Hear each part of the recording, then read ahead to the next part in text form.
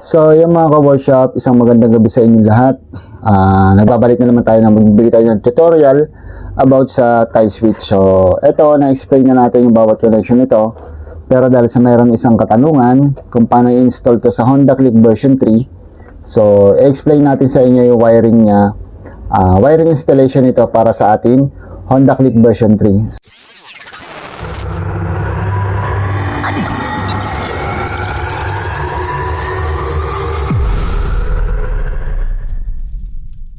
So, oo nga pala mga ka-workshop, yung Honda Click version 3 tsaka version 2, same lang naman sila ng wiring. So, yan. Yung Bumblebee tie switch. So, ito ay napaka-tricky ikabit, no? Lalo na kung baguhan ka at first time mo magkakabit ito, magdi-DIY ka sa iyong motor. Kaya explain natin sa inyo yung bawat wiring color code niyan. So, kung saan nyo siya dapat itap na connection sa inyong motor. So, hindi na natin ito na ipapakita actual na kinakabit natin sa mga motor na ginagawa natin dito sa shop. Dahil mga ka-workshop, nahihiya rin naman tayo sa nagpapagawa, no? Kung ito tutorial pa natin habang naggagawa tayo sa kanilang motor. Siyempre, bukod sa nagmamadali rin yung nagpapagawa, consume rin ng oras, no? Kapag nag-tutorial tayo na actual habang gumagawa. Isa pa, mag-isa lang rin tayo, wala tayong cameraman para ituro, para kunan tayo ng video habang gumagawa. So, yung mga ka-workshop, sa version 3 or version 2 Honda Click, kailangan lang naman dyan, alam mo yun, color code or wiring connection ng iyong stock switch tsaka ng iyong ikakabit na switch. So, ang ibig ko sabihin itong mga wire na to, kailangan alam mo ikabit sa iyong motor at kung ano yung function ng bawat color code ng wire, mga workshop. So, bali dito, i-explain natin muna yung sa Honda, no? Ito, meron tayo ditong switch ng Honda Click. So, ito yung sa kanyang left switch. So, sa right switch naman kasi mga ka-workshop, dalawang wire lang naman na makikita nyo doon, no? Yun, para lang sa push start. So, dito tayo magtutuon ng pansin sa atin right switch. Sa atin left switch, sorry mga ka-workshop. So, yan, meron yan 2, 4, 6, 8 wire. So, bawat wire na yan, meron yung function at kung saan siya nakakabit. So, unahin na natin dito sa color block. So, itong color block, ito yung atin source ng busina. So, positive source to, accessory galing para supplyan yung ating busina. Tapos, yung ating light green, ito, siya naman yung trigger, papunta sa ating busina. So, source, black, light green, siya naman yung trigger papunta sa busina. So, ayan. Tapos, itong dark green, o yung pure na green, ito, dark green, siya naman yung source ng ating headlight. So, dito kayo huwag magkakamali mga ka-workshop. Ang source ng ating headlight ay ground trigger. So, ground trigger tong source ng ating headlight. Tapos, itong color white, siya naman yung low beam. Yan, color white. Siya yung low beam ng ating headlight sa switch. Tapos yung color blue, so pure blue. So ito yon mga ka-workshop, pure na blue. Siya naman yung high beam. So may tatlo bang natitira, color gray, light blue, tsaka orange. So yung color gray, siya naman yung source ng ating signal light. Tapos yung ating light blue, siya naman yung right signal light. At syempre yung orange, siya naman yung left signal light. So, ayan. So, sundan nyo lang, hindi kayo maliligaw. So, ayun ang wiring connection nitong ating left switch ng ating grid. So, sa kabila naman, push start lang yun. Dalawang wire lang ang makikita nyo doon para sa push start. So, mabilis lang yung ikabit, mga ka-workshop. So, yun, dito naman tayo tubungo sa ating Bumblebee tie switch. So, ayan. Unahin rin natin yung sa ating left switch, no? So, sa left switch, mga ka-workshop, so, kung ganito yung mabibili yung color code ng wire kasi minsan iba-iba rin yung sa tie switch, no? Kasi meron itong pang NMAX, meron itong pang Yamaha, tsaka pang Honda. So, itong hawak natin, pang Honda. Pero, check nyo rin mabuti kung parehas talaga sa wiring. Tulad nito kasi, pang Yamaha to. Pang Yamaha yung color code nito, pero Honda ang nakalagay sa pinaka-box niya. Ayan. Kung makikita nyo yan. So, click NMAX PCX. So, yan. Pwede siyang ikabit yan. So, kaya malilito kayo sa wiring niya. So, explain natin sa inyo. kung parehas ang nabili niyong wire, so ayan, explain natin. So, dito muna tayo sa tatlong to. Ito. So, itong color yellow, siya yung ating high beam sa ating headlight. So, sa itong color green, siya naman yung ating low beam. Tapos itong color yellow, color white, siya naman yung ating source ng ating passing light. So, ayan. Source siya ng passing light ito. Tapos yung green tsaka yellow, dito yan, nakakabit sa ating high and low switch. Tapos itong blue na may black wire, blue na may stripe na black, ayan. Siya naman yung source nito. So, ayan. Source siya ng ating headlight. Tapos itong dalawang wire na to, itong black tsaka red, siya naman yung supply ng ilaw ng ating pinaka-switch. Yung ilaw nito, yan, yung nasa gilid na yan. So, ito yan. Tapos dito, meron wire na 2, 4, 5. 5 wires. So, yan. Color gray, light brown, purple, black, tsaka blue. So, unahin natin tong color gray, no? Yung color gray, mga ka-workshop, siya yung atin right signal. Color gray, right signal light, no, nakakabit to. Ikakabit nyo. Tapos yung color brown, yan, light brown, siya naman yun, left signal. So, etong color purple na to parang violet, no? So, yan, purple yan. Siya naman yung ating signal light source. So, silang tatlo magkakasama. Tapos, etong ating blue tsaka black, siya naman yung sa horn, no? Yung black, yung source ng horn, at yung blue, siya naman yung trigger. Mga ka-workshop. So, yun. Tapos na yung atin left switch, no? Dito naman tayo tumungo sa atin right switch. So, ayan. So, sa right switch, ang wire niyan ay etong dalawang to, dito siya nakaruktong. Yan, siya yung ilaw ng atin pinaka-switch. Sorry mga ka-workshop. Hindi, ito pala to. Itong dalawang to, dito yung nakaruktong. Parehas silang kulay, ano? Red, black, red, black. So, pagsusuotin nyo lang sila para sa ilaw ng atin switch. Tapos, ito naman white. Ito, white tsaka black. Siya naman yung nakakabit sa ating push start. Kakabit nyo lang siya sa ating push start. So, yun, tatanggalin nyo yun sa stock. Tapos, ito yung kakabit nyo. So, sa push start na siya. Ito siya, push start switch. Black and white. Tapos, makakita kayo dyan ng dalawang yellow. Yan, may dalawang yellow. So, yan, dalawang yellow yan para siya dito. Dito siya nakakonect. So, yan. Tapos, dalawang blue. Makikita nyo rin dalawang blue. Yan, dalawang blue naman yan. Dito yung nakakonect. Dito. Ito yung ginagawa namin kadalasan or ginagawa ko kadalasan na on-off ng atin park light ng ating handle switch. Tapos, yung ating color light brown, siya naman yun ating park light. Yan. Sa park light yan. Dito yung mga ka-workshop. So, yan. Park light, yung nasa gitna. Tapos, pag sinagad mo, headlight. So, yung headlight naman, siya yung color blue na may black. Blue na may black. Yan. So, nakakabit yan dito. Sa kabila, yan. Blue na may black. So, sila yung source ng headlight. Pero, ang pinaka-main source ng headlight, no, ng blue na to, at saka itong ating color light brown, itong purple. Yan. So, siya yung source positive, no? Ilalagay nyo siya sa positive para masupplyan yung atin. Ito, papunta sa headlight, tsaka itong atin park light. So, kadalasan ginagamit ito para na lang sa MDL, no? Kung may MDL. I-explain natin sa inyo kung paano ikabit yan sa MDL. Tapos yun, yan. So, ayun na, mga ka-workshop. So, yun. So, ganito yun. Paano ikabit ngayon siya sa Honda Click? Version 2 or version 3. So, ayan. Ito yung sa stock ng Honda Click. Simulan natin to. Ito naman yung sa atin left switch. So, pareho silang left switch. Sasabihin natin sa inyo kung saan, ano dapat i-connect yan. So, ayan. Punta muna tayo dito sa signal light. Kunin natin tong orange. Etong color blue. Yan, light blue. Tsaka yung ating color gray. So, ito. Sila yung sa signal light. Yan, silang tatlo. So, saan natin ito ikakabit? Dito sa ating tie switch.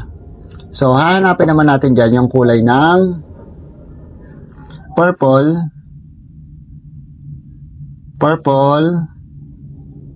gray, tsaka light brown. So, ayan. So, itong purple, ikakabit nyo siya kung saan nakakabit tong color gray. Kung saan siya nakakabit doon, no? Sa sakit na nakakabit dito, kung saan siya nakakabit, ikakabit nyo tong color purple. So, siya yung magiging source ng ating signal light to. Tapos yung ating color light brown, so left signal light, ikakabit nyo naman siya sa orange. Yan, kung saan nyo rin pinutol tong orange, yun yung may ikakabit tong light brown. So, sila yung left signal light. No? Tapos itong color gray, so yan, color gray, ikakabit nyo naman dito sa light blue. So, siya naman yung right signal light. So, yan. So, nakabit na natin tong signal light, no? Yan, okay na yan. Dito naman tayo sa ating horn. So, itong color black, tsaka itong color blue. So, dito naman, nahanapin nyo yung source ng horn. So, ito yon, yung color black tsaka blue. So, kahit sa alin dito sa dalawa, kahit alin dito sa dalawa, ikabit nyo dito sa black, pwede. At tsaka sa blue. So, yan. Kahit magkabaligtad dyan mga ka-workshop. Pwede yan. So, ikakabit nyo siya dyan. Kung saan nyo pinutol to, kakabit nyo to. Sunod naman nyo sa headlight. So, dito kayo huwag ka magkakamali mga ka-workshop. Dahil pag nagkamali kayo sa headlight, maaaring masira yung iyong pinaka-headlight. So, masela ng headlight ng mga Honda Click mga ka-workshop. So, itong green, yan, ikakabit nyo siya dito sa blue na may black. So, yung green, sa blue na may black. No? Tapos, yung color white, itong color yellow. So, yung color yellow, ilalagay nyo naman siya sa blue. Mga ka-workshop. Yan, sa blue. Yan, high beam yan. Color yellow sa blue, high beam. Tapos yung color green, ikakabit nyo siya sa color white. So, ayan. Yung color green ng inyong tie switch, ilalagay nyo sa color white ng inyong stock na wiring harness, no? Or ng inyong stock switch. So, ayan. Sila. Tapos itong color white, source to source ng ating passing. So, ilalagay nyo siya sa, pwede nyo na siyang isama rito, mga ka-workshop. Yan. Pwede nyo siyang isama dito sa ating blue na may white. So, pagsasamahin nyo na lang sila, so, magiging ground trigger. Ngayon, kung gusto nyo naman ilagay sa passing, sa MDL, yung passing nyo, so, aalisin nyo to, tapos bubuksan nyo itong pinaka switch nyo, tatanggalin nyo yung connection ng passing sa color yellow. So, makikita nyo yan dito. Meron yung connection. So, hanapin nyo dun. Para mailipan nyo siya sa MDL. So, ganun. So, yan. So, paano naman, tinatanong ko paano naman kung yun yung MDL kasi ito, magiging wala ng function to. Kasi nga dito, ang kailangan lang naman natin dito sa ating right switch ay yung ating push start. So, ito yun sa push start. So, ito, gagamitin natin para naman sa inyong horn or sa inyong MDL. So, galito yan. So, yan. Kasi ang ginagawa ko dyan, ito, kasi yung kadalasan yung iba, ginagawa tong selector ng horn. So, ito na yung gagamitan natin selector ng horn mga ka-workshop. So, papakita naman natin sa inyo via diagram. So, yung mga ka-workshop, ito na yung diagram niya, no? Kung ikakabit nyo sa MDL, yung ating ito. Kung paggagamitan nyo ito MDL, taka ito gagawin yung selector para sa loud horn tsaka stock horn. So, ayan. So, dito, gagawa kayo ng relay. So, syempre, separate na yan. So, relay. Yung number 30, dumaan sa fuse, nakalagay sa battery. Positive. Tapos, yung number 85 niya, ground. Tapos, yung number 86 niya, kukonect nyo mula sa inyong susian. Hanapin nyo dyan yung black-blue na color ng wire. I-connect nyo yung number 86. So, accessory wire.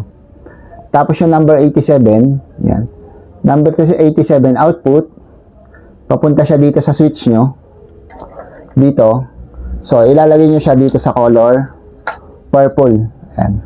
So, source siya ng ating, ito yung switch na to. Yung purple na to, siya yung source nito. So, doon nyo ikakabit yung number 87 output ng relay. Tapos yung light brown, tsaka blue black. So, ito. Blue black, tsaka light brown. So, yung light brown, siya yung part light. So, siya yung low ng ating MDL. Yung blue black, siya naman yung high. So, yung light brown low, diretso siya sa MDL. So, ayan. So, isang wire ng MDL, diretso siya doon. Tapos, yung blue black, papunta rin siya sa MDL. Ayan. Tapos, syempre, isang pin pa ng MDL o isang wire naka-ground. So, may connection na kayo sa MDL. So, yun. Ito ang magiging mga additional ng mga ka-workshop. So, para naman sa ating dual horn, gagamit kayo dalawang relay, mga ka-workshop. Yan, dalawang relay. So, kapag gagamitin nyo to as a selector, no? Selector ng inyong loud horn tsaka stock horn. So, ang connection yan, itong dalawang yellow. So, ayan ang kailangan nyo dyan. Itong dalawang yellow, mga ka-workshop. Para yan dito. So, ngayon, kailangan nyo dalawang relay nyo. Kung ganito ang ano yan, wiring connection. So, sa number 30 ng first relay, so, ayan, ilalagay nyo siya dito sa color light green. No? Puputulin nyo yung light green. No? Sa stock horn nyo, yung light green yan, makikita nyo dyan, light green, puputulin nyo siya, ikakat nyo. Tapos yung papunta sa switch, yan, yung pinakapapunta sa switch, ilalagay nyo siya sa number 30 ng first relay. Yan. Tapos yung number 87, yan, yung number 87A pala, mga ka-workshop, itong nasa gitna ng inyong relay. So, doon nyo naman siya ilalagay sa pinutol, papunta naman sa horn. Yan. So, pag naka-off to, kapag naka-off siya, so, stock horn lang gumagana. So, hindi nyo pa nila ako-connect, mga ka-workshop, dalawang yellow. Ngayon, itong number 86, so, ito na yan. Dito na papasok yung dalawang yellow. Yung isang yellow, ilalagay nyo siya sa accessory. Ayan. Ito yan. Yung isang yellow, lalagay nyo siya sa accessory. Positive. Tapos yung output niya, lalagay nyo sa number 86 ng first relay. So, siya magti-trigger para malipat yung connection ng relay sa number 87. So, ayan. Pag inon nyo, lilipat sa number 87, pupunta naman siya sa second relay, mga ka-workshop. Second relay. So, sa number 86 ng second relay, pupunta yun. Number 87 ng first relay. Tapos, itong number 30 ng second relay, diretso na siya sa battery, padaanin niya sa fuse. So, ayan. Siya na yung magsisilbi ngayon para sa ating loud horn. Tapos, yung number 85 ground. Tapos, yung number 87, so, ayan, papunta na siya sa horn, mga ka-workshop. Tapos, yung dalawang pin nila, pagsasamayin nyo rin para naman sa ground. So, yung mga ka-workshop, pag mag-additional kayo ng mga ground sa inyong body ground, make sure may additional rin kayong ground para sa body ground ng inyong motor. So, ayan, para hindi kayo ma-short sa ground. So, ganyan ang connection nito, paggamit nito para sa dual horn. Tsaka, paggamit nito para sa MDL. So, yung mga ka-workshop, so, nagtanong sa akin, pwede to sa version 2, version 3. So, parehas lang sila ng wiring connection. Tapos, ito naman, kung gagamitin nyo to sa ating on-off ng ating park light nito, so, tatanggalin nyo lang to. So, ayan. Tatanggalin nyo to, mga ka-workshop. Itong color red, putulin nyo siya dito sa color purple. Tapos, itong kulay blue, dalawang blue yan. So, ito yan, ulitin ko, ito siya. Dito siya nakakonect. Yan, dito siya nakakonect, yung dalawang blue. So, yung isang blue, yun ilalagay nyo sa may purple. So, siya ilalagay nyo sa purple, mga ka-workshop. So, yan. Diyan nyo siya ilalagay. Tapos yung isang blue naman, yung pinutulan nyo, itong red na pinutol nyo sa purple, siya naman ilalagay nyo. Yan, baligtaran lang, mga ka-workshop. So, yan. Tapos magiging on-off na, ito, para sa ating part light ng ating switch. So, yan lang, mga ka-workshop. Medyo mahaba yung ating video na ipinakita ngayon. So, tiyagayin nyo na lang panoodin. Tapos, ang diskarte nyo na lang yan sa motor nyo kung paano nyo aayusin yung wiring dito sa motor. So, yun ang kailangan yung gawin eh. Kailangan maayos yung mailagay sa loob ng inyong motor. Dahil kung hindi, so yun, magkakaproblema, maaaring sumabit-sabit. Kaya, diskarte na lang dyan, mga ka-workshop. So, yan. Basta pinakita natin sa inyo kung paano siya ilagay sa atin Honda Click version 3 at version 2. Itong ganitong klaseng switch. So, ayan mga ka-workshop. Napakaganda nitong switch na mga ka-workshop. Basta maayos at legit yung maglalagay sa inyo mga ka-workshop. Yan. Kung hindi nyo naman kayang gawin, so dahil lang kayo sa shop mga ka-workshop, kaya natin gawin niya sa inyong Honda Click version 2 at saka version 3. So, ayan. Or kahit sa NMAX or ano man, motor na pwedeng gamitan nito mga ka-workshop. So, yun lang. Sana meron ako na ibahagi sa inyo. So, sa mga baguhan na gusto mag-DIY, magkabit ng ganitong tie switch, no? Bumblebee tie switch sa kanilang motor o sa Honda Click nyo. So, huwag nyo kakalimutan mag-subscribe sa akin YouTube channel, syempre Jello Workshop. Follow nyo na rin ako sa akin FB page mga ka-workshop, no? Jello Moto. So, may mga doon natin pinakikita yung mga ginagawa natin dito sa shop mga ka-workshop. So, yun lang. Right sa atin lahat and God bless.